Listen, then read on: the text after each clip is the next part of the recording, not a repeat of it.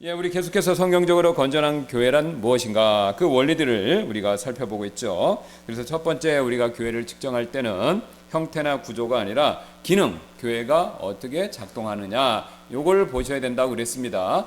형태나 어떤 구조를 딱 보면 어떻게 됩니까? 아미시 아니면 이슬람 아니면 그 전에 이렇게 굉장히 이렇게 율법주의적으로 그런 신앙생활의 행태를 할 수밖에 없습니다. 하나님은 그걸 원하시는 것이 아니기 때문에 신약 성경에서는 구약에 나오는 출애굽기 후반부, 그 다음에 레위기, 민수기, 신명기처럼 어떻게 특별하게 하라라는 구체적인 문화적인 코드를 말씀해 주신 적이 없어요. 왜? 신약 성도들 자체는 전부 다 이방인이니까 이방인들에게 그거를 다 하나씩 가르쳐 주시고, 보세요. 나라별로 하나씩 가르쳐 주셔야 되죠. 그 나라의 문화가 어떻게 됩니까? 시대마다 또 바뀌잖아요. 그럼 그 나라 각각의 나라에다가 플러스 알파로 각각의 시대 50년대, 70년대, 90년대 그 전에 100년대 다 바뀌잖아요. 그렇죠? 자 보세요. 쉬운 예로 지금은 남자들이 이렇게 머리를 짧게 깎습니다. 그래서 우리가 보통 느끼기에 교회 이렇게 장발하고 오시면 보면 어때요? 좀 불편하죠? 우리가 분리 그 다음에 교회에서 예배 드릴 때 거룩 이걸 추구하는 입장에서 보수적인 우리 신앙의 입장에서는 남자가 막 장발을 하고 오면은 이거 좀 불편해요. 왜? 짧게 깎는 게 우리의 현재 문화이기 때문에. 근데 여러분 100년 한 150년 전에 보세요. 영화나 드라마 사진 같은 보면요 남자도 머리를 길러요. 이렇게 남자 이렇게 기르고 딴 거 아시죠?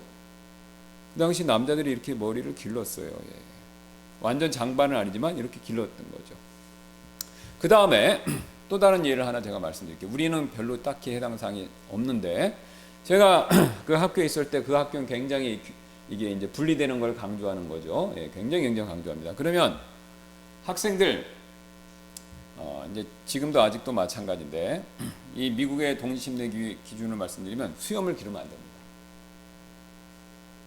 예, 수염을 기르면 안 돼요. 특히 이제 목회자나 이런 분들은 수염을 기르면 안 돼. 이게 문화인 거예요. 그러니까 학교에서도 그게 이제 전반적인 문화인 거예요. 그래서 학교에서도 이 수염을 못 기르게 했어요. 규칙이었어요. 그래서 이건 실제 있었던 예인데 저 수업 시간에 있는데 우리 동료 신학생 저보다 나이가 한참 어린데 그 신학생이 바쁘고 막 공부하느라 바쁘니까 면도를 못한 거예요. 막 밤새고 그래갖고. 그러니까 우리도 그렇지만 사람마다 틀리지만 남자분들은 다 아실 건데 형제분들은 이 어떤 분들은 수염이 빨리 자라는 분이 있어요. 그러니까 하루만 면도를 안 해도 이게 막 이렇게 덥수룩합니다. 근데 이제 그분 서양 사람이니까 외국 사람이니까 그게 더 심한데 이렇게 된 거예요. 그러니까 우리 그 신학교 교수님이 지갑에서 뭘 꺼내요. 딱 꺼내는 게 뭐냐? 크레딧 카드 같이 생긴데 면도기예요. 그 끝에 칼이 있어요. 그래갖고 이걸로 이렇게 하면 되는 거예요. 그래서 그걸 주면서 아니면 자기가 사용법을 가르쳐주면서 이렇게 해주면서 이렇게 하면서 깎으라고 준 그런 예화가 있었어요. 자, 그런데 지금은 어떻게 됐냐? 미국이 그때가 제가 20년 전이잖아요. 지금 또 문화가 바뀌었어요. 수염을 기르는 분위기예요. 그러니까 학교에서도 수염을 기르는 거 허락해요. 자, 그러면 수염을 안 길렀다가 과거에는 어땠냐? 과거에 스펄전 목사님 혹시 사진 보신 적 있어요? 스펄전 목사님이랑 그 당시 영국의 프리처들, 설교자들이 수염을 또 다 덥수룩하니 이렇게. 그러면 이런 걸 길렀다가 안 길렀다가 또 길렀다 그러는 거예요. 그러면 그 당시 문화에 맞춰서 그거를 길렀다 안 길렀다 그런 건데 만약에 성경에 이런 얘기를 다 기록해 놓는다면 성경책이 어떻게 되겠습니까?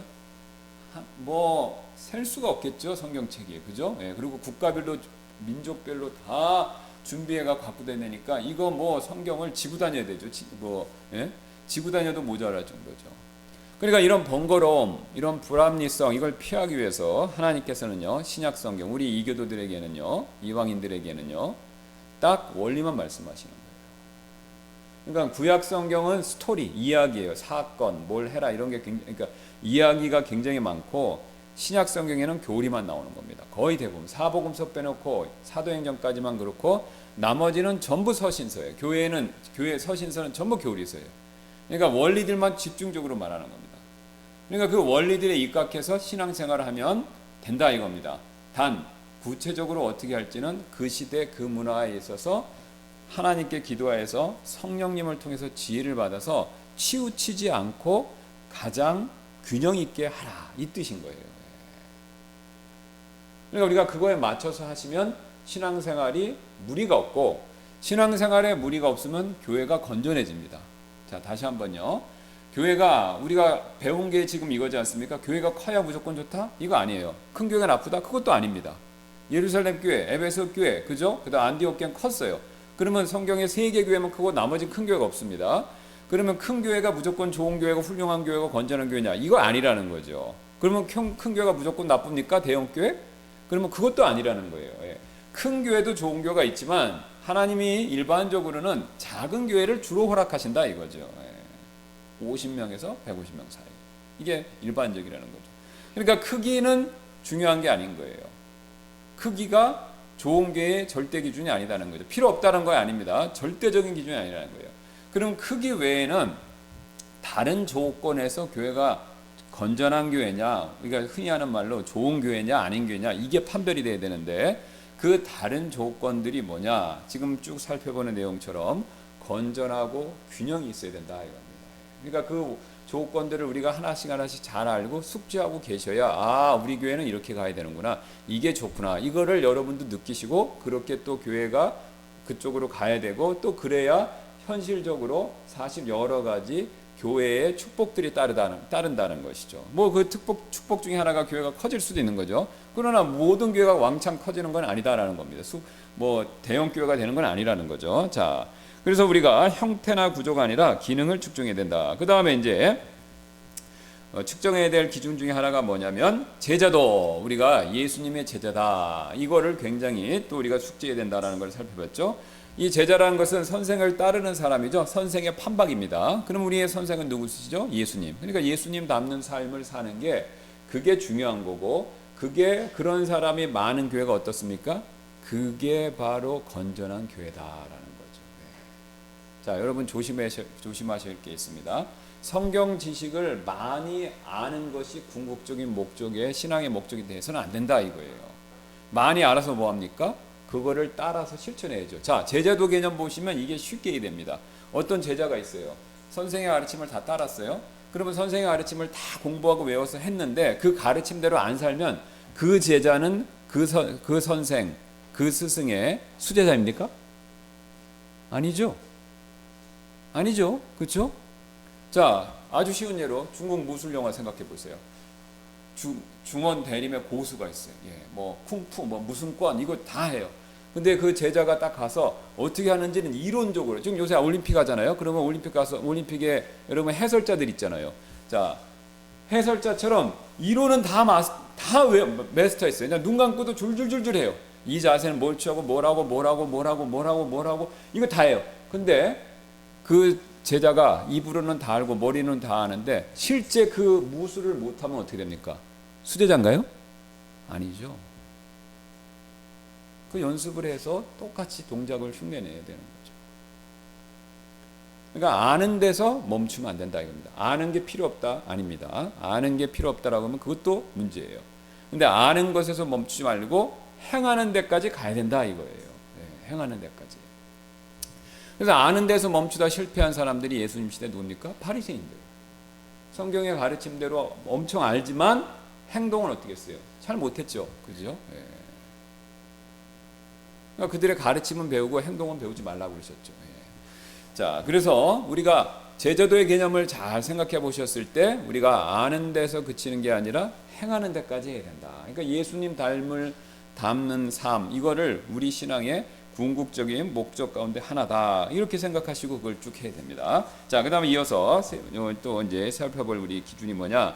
교회를 평가할 때 우리는 그 교회 참된 제자들이 얼마나 가족처럼 기능하는 거예요. 이게 중요한 가족처럼입니다. 가족처럼. 가족이 된다는 게 아니라 가족처럼 기능하는 것이 굉장히 중요하고 이걸 평가해야 된다. 이거죠. 자, 여기서 굉장히 가정에 대해서 중요한 성경의 원리, 진리를 우리가 꼭 살펴봐야 되는데요. 여러분, 우리 가정은요 진짜 중요합니다. 왜 중요하냐면요, 이 하나님의 존재하는 방식을 따라서 하나님이 만드신 게 가정이에요. 자, 다시 한번요. 왜 가족이 중요하냐? 하나님께서 존재하는 방식, 그거를 카피해서 우리에게 주신 게 가정이에요. 그러면 하나님이 존재하시는 방식이 뭐냐? 하나님은 삼위일체로 존재하시죠. 그러니까 하나님은 하나시지만 복수의 위, 각각의 세 하나님이 계세요. 근데 하나님 그럼 셋이냐? 아니죠. 이건 신비예요. 아버지도 하나님, 아들도 하나님, 성령도 하나님. 그러니까 우리 단순 산수로 하면 하나님 셋인데, 근데 하나님은 셋이 아니라 하나님은요 하나, 한 분이신 거죠. 그럼 1 더하기 1 더하기 1은 3이 돼야 되는데 그게 아니라 1 더하기 1 더하기 1이 1이 되는 거죠. 그러니까 이거를 보통 이해하기 쉽게 1 곱하기 1 곱하기 1은 1이 되듯이 이렇게 생각하시면 쉬운 거예요. 예. 그러니까 이게 인간이 이해할 수 없는 영역이지만 하나님은 어쨌든 그렇게 존재하시는 거죠.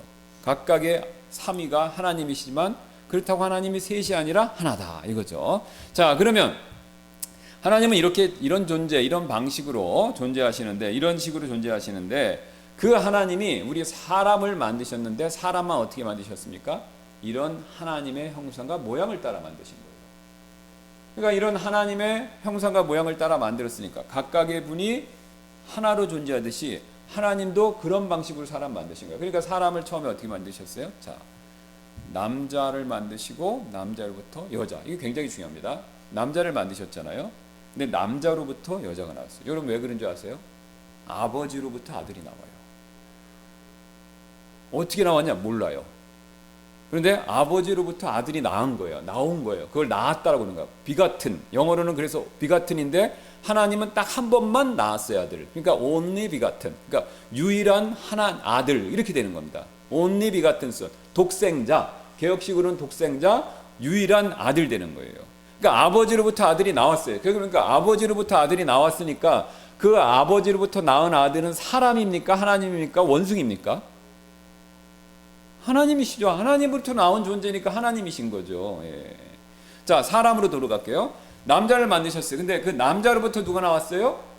여자가 나왔죠. 자, 그러면 사람인 남자로부터 여자가 나왔으니까 여자는 사람입니까? 원숭입니까? 사람이죠. 예. 그러니까 아버지로부터 아들이 나왔듯이 남자로부터 여자가 나온 거예요. 아버지로부터 아들이 나왔는데 아버지가 하나님이니까 아들도 하나님인 거예요. 자, 남자로부터 여자가 나왔는데 남자가 사람이에요. 그러니까